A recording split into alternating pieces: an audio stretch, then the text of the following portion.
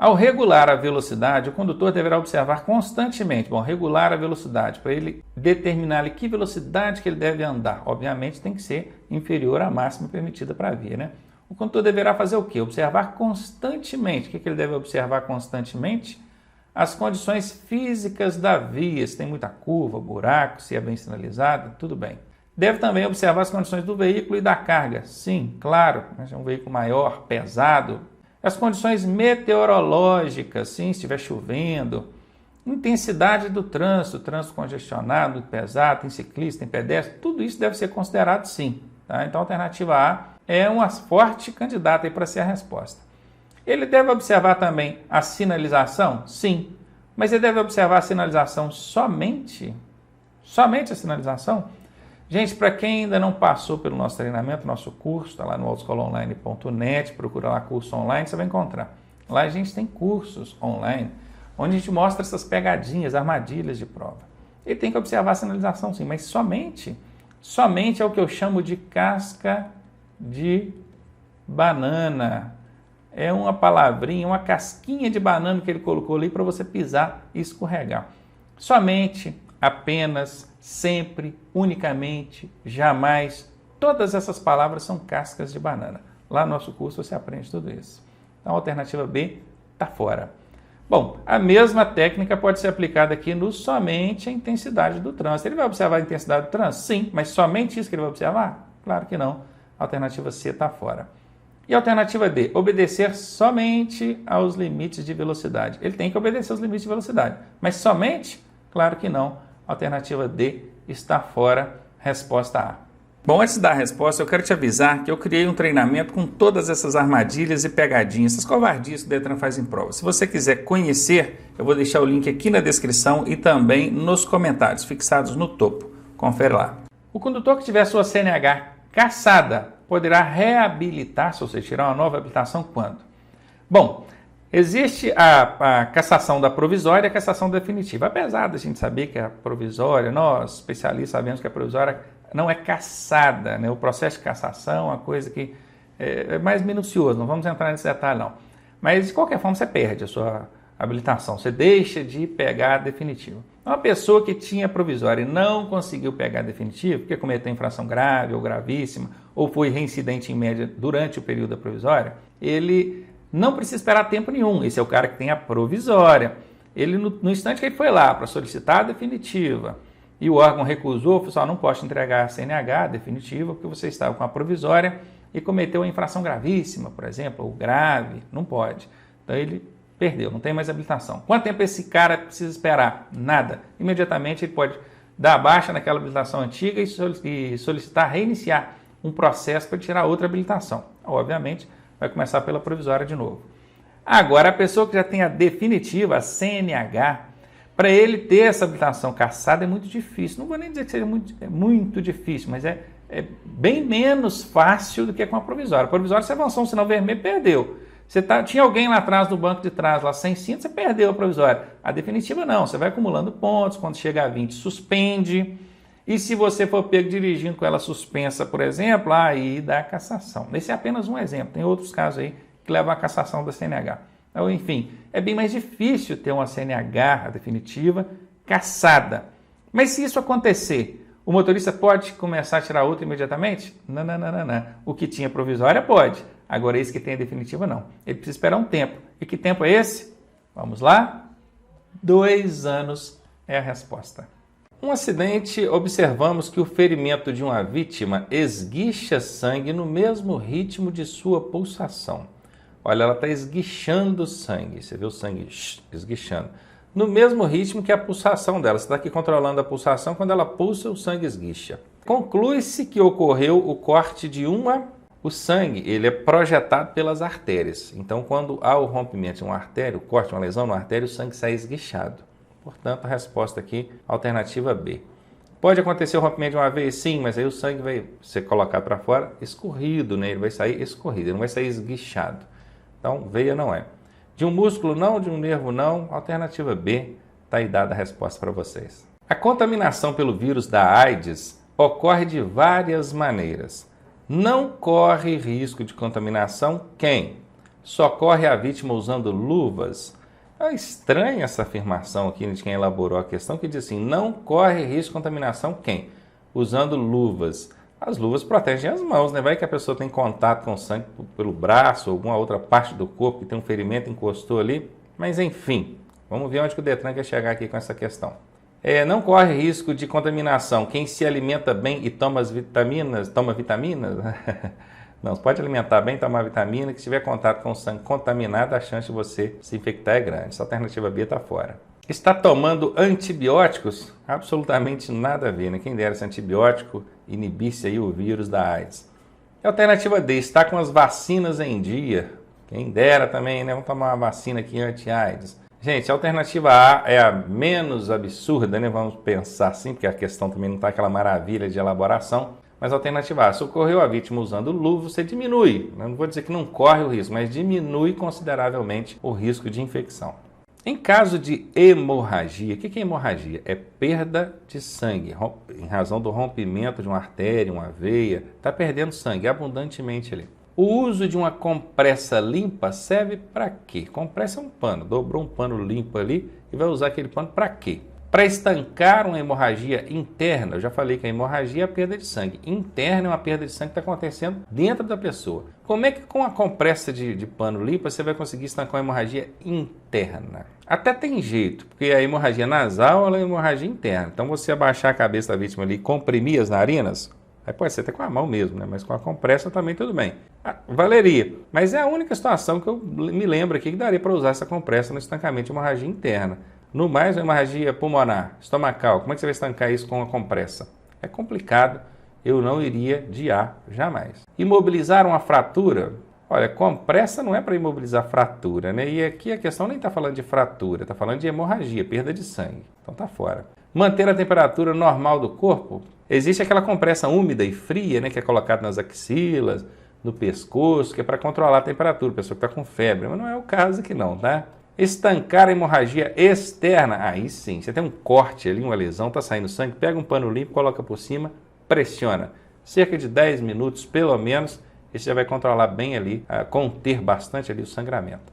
Alternativa D, sem dúvida alguma, é a resposta. No comportamento sobreestressante, o peso do veículo é transferido para... Olha, esse lance de comportamento, aqui ó, comportamento sobreestressante, poderia ser também subestressante, está relacionado às leis da física que atuam sobre o veículo. Nesse caso específico, chamado de transferência de massa, para muitos considerado de transferência de peso. Imagine você na garupa de uma motocicleta. Se a pessoa que está pilotando freia, você é projetado para frente. Isso chama-se transferência de massa, para muitos conhecidos como transferência de peso. A mesma coisa acontece com o veículo, com o automóvel, com a massa, com o peso dele. Quando você freia, o peso se concentra no eixo dianteiro. Quando você acelera, o peso se concentra no eixo traseiro. E a regrinha é a seguinte, vamos tentar desenhar um carrinho aqui. Isso aqui é a roda de trás, isso aqui é a roda da frente, tá? Eu sou um péssimo desenhista, mas vamos lá. Isso aqui é a frente desse carro e aqui é a traseira dele, ó. Olha o farol dele aqui, ó, tá bom? Então aqui a janelinha, o motorista lá dentro, tudo bacana, a maçaneta da porta. Se o motorista aqui freia, o peso vem para frente. Então chama-se movimento sobreestressante. Se esse motorista acelera, o peso vai para trás. Aí chama-se subestressante. Então isso a gente já consegue responder. No comportamento sobreestressante, o peso do veículo é transferido para sobre, vai para frente. Cadê? A parte superior, parte traseira, parte dianteira ou centro. Parte dianteira do veículo ou frente do veículo. A reincidência da suspensão do direito de dirigir pelo acúmulo de 20 pontos resultará em nova suspensão com prazo máximo de... Vejam bem, aqui o examinador está querendo saber, olha, a pessoa teve o direito de dirigir suspenso, está aqui, ó. Só que ele já é reincidente. Reincidente quer dizer, já é a segunda vez que isso acontece com ele no período de 12 meses. Sempre que fala em reincidência dentro de legislação de trânsito, a gente deve considerar o prazo de 12 meses. Então, reincidiu dentro de 12 meses. Então, vejam bem, ele teve o direito de dirigir suspenso, porque acumulou lá seus 20 pontos. A gente sabe muito bem que até 19 não dá suspensão, com 20 já dá. Então, ele acumulou 20 pontos e ele foi reincidente, já é a segunda vez que acontece com ele no período de um ano. Nesse caso, ele vai tomar uma nova suspensão, claro. Qual que é o prazo máximo dessa nova suspensão? Bom, certamente muitos de vocês não sabem nem qual que é o prazo mínimo e máximo quando acontece a primeira vez, imagina a reincidência, né?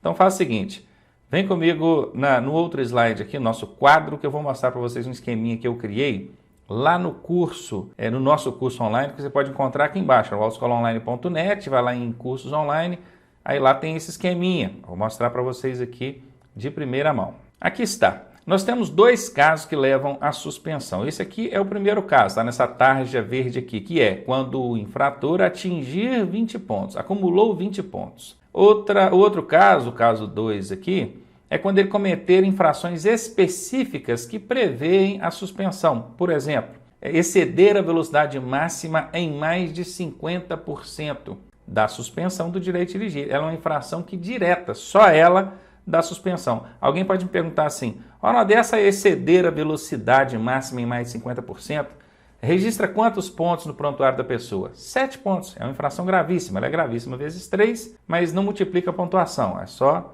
o valor mesmo. Então é 7 pontos. Observem que ele não chegou nos 20, mas vai dar suspensão porque ela é uma infração mandatória. A gente conhece isso aí no meio aqui do trânsito, os termos técnicos, como infração mandatória. Mas não é esse segundo caso aqui que a questão pediu, não. A questão pediu o primeiro caso, que é quando ele acumula 20 pontos, não é verdade? Muito bem. Então vejam bem, o infrator acumulou aí 20 pontos. Na primeira incidência, a primeira vez que ele toma essa suspensão, o prazo mínimo vai ser 6 meses e o máximo 12. Percebam que aqui está fechando aqui, de 6 a 12 meses. Só que lá na questão está falando reincidência. Ele foi reincidente, aí já é aqui embaixo, Aí o prazo é mais amplo, ele começa com 8 meses e termina com 24. Qual que é o prazo máximo de tempo de suspensão para quem é reincidente por esse motivo aqui de 20 pontos no período de um ano? 24 meses. Vamos lá na questão agora? Aqui está. Então vamos lá. 6 meses? Não, não é 6 meses. É um ano? Não, não é um ano. 2 anos? Sim, 24 meses são 2 anos. A resposta está aqui, letra C. Quanto maior a velocidade, olha, velocidade maior ou menor o raio de curva, a inclinação do corpo do motociclista em relação à moto deverá... O que é que o examinador está querendo saber? Olha, vamos analisar um caso por vez, né? Maior velocidade. Imagine você numa moto, aí você vai entrar numa curva muito rápido. Se você entra muito rápido, a força da física, ela joga a motocicleta para o sentido oposto. Tipo, você está virando para a direita, a força da física joga você para a esquerda. O que o motociclista tem que fazer? Ele tem que tombar o corpo no sentido inverso ao da lei da física. Vamos fazer um exemplo. Eu vou curvar para a direita. A força vai me jogar para a esquerda. O que eu tenho que fazer então? Tombar o meu corpo para a direita.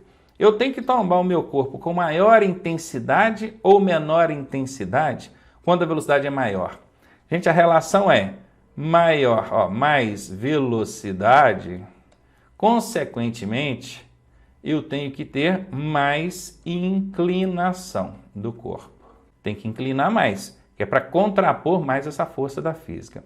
Então, de cara, analisando só o primeiro termo, eu já sei que quanto maior a velocidade, maior tem que ser a inclinação do corpo. Vamos tirar a prova, então, com outro termo? Aqui, menor o raio da curva. O que é raio da curva? Eu vou desenhar duas curvas aqui para vocês. Essa aqui é uma curva e essa aqui é outra curva.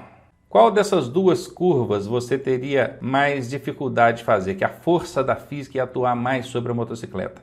Essa aqui, claro. Por quê? Porque ela é uma curva mais fechada, então ela tem um raio menor. O raio quer dizer a curvatura aqui é menor. Imagina, esse aqui tem um raio grande, uma parábola grande, enquanto esse aqui tem um raio pequeno. Então, raio menor, maior a lei da física, mais a força vai jogar, porque está uma curva fechadinha, você tem que jogar a moto muito rápido. Então, se a lei da física atua com mais força, consequentemente, a inclinação do corpo também tem que ser maior. Então, tanto sendo ela maior velocidade, quanto menor o raio da curva, a inclinação do corpo tem que ser maior. Você percebe uma temperatura elevada na vítima. Essa temperatura da vítima, certamente o examinador aqui quis dizer temperatura corporal, né? Claro, temperatura corporal. Colocou a mão nela, viu que ela está com uma temperatura elevada. Ou então só de olhar para ela, você já vê que está com a face, né, avermelhada. ela sentindo ele frio, porque a pessoa que está com a temperatura corporal elevada, ela treme, ela sente frio, que o ambiente torna-se frio para ela. Então, qual é a melhor atitude nesse caso? Forçá-la a beber... Olha, gente, a gente não vai forçar a vítima a fazer nada, só esse forçá-la aqui já elimina a letra A, né? Abaná-la, o que é esse abaná-la, hein? Abanar, né? Abaná-la, nunca vi esse termo, abaná-la. Abana ela com alguma coisa que é para baixar a temperatura dela. Talvez isso até possa ter um efeito positivo, não sei, mas nunca vi isso recomendado em nenhum treinamento nem curso de primeiros socorros. Imagino que você também não viu lá no nosso treinamento do curso da Autoescola Online. Então, deixei isso aqui em stand-by por enquanto, deixa ela quietinha aí. Aplicar compressas frias sobre a testa, sim, e essas compressas frias, na verdade, lá no curso, no treinamento, fala-se compressas úmidas, ou seja, molhadas em água fria. Pega uma toalha, encharca ela em água fria, coloca na testa, no pescoço, debaixo das axilas, nas virilhas, tudo vale, ajuda a baixar a temperatura da vítima. Então, essa aqui tem muito mais sentido do que o abanar. Então, já vou até eliminar esse abanar aqui e vou ficar com essa C por enquanto. Vamos analisar a D. Dar um analgésico, pronto, acabou. E um antitérmico. Qualquer que seja a medicação, você não vai dar. Não vai dar, por mais doméstica que ela seja. Ah, mas em casa eu dou lá dipirona, seja o que for, para o meu filho. Na sua casa, com seu filho, que você sabe que não tem nenhuma reação. E ainda assim não é recomendável, né? Medicação? Nenhuma, esquece isso. Resposta letra C mesmo. Um silvo breve significa o quê? Silvo é apito, né? O som, a sinalização sonora emitida pelo agente de trânsito, pelo guarda de trânsito. Eu tenho até uma tabelinha que eu ensinei lá no nosso curso online, vou mostrar aqui para vocês, autoescolaonline.net, está aqui embaixo. Aí vocês vão acessar o site aqui e vão lá em cursos online. Aí lá você vai entrar dentro do nosso curso, onde eu ensino esse dezenas, centenas de outros macetes para vocês. Vamos fazer o seguinte, ó. Vamos fazer um joguinho da velha. Quem já brincou de jogo da velha aí? Todo mundo, né? E aqui você vai preencher esse jogo da velha da seguinte maneira, ó. 1, 2, 3. Não. 1, 2, 1.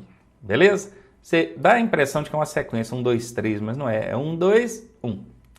E aqui você vai colocar o Big Brother, que passa todo ano aqui, né? Princípio do ano aí, janeirão, tá rolando um Big Brother Brasil, não. Big Brother Londres. Esse aqui é mais chique. Big Brother Londres. E aqui é o seguinte, se você lembrar do macetinho e conseguir aplicar, certamente vai ser aprovado e vai ser feliz. Mas se você não lembrar e não aplicar, pode ser que você seja reprovado, talvez por essa questão. E aí o que você precisa fazer? É só pagar de novo e fazer a prova novamente, não é? Então só pagar de novo, SPD. Então 1, 2, 1, Big Brother Londres, só pagar de novo, tá feito o nosso esquema.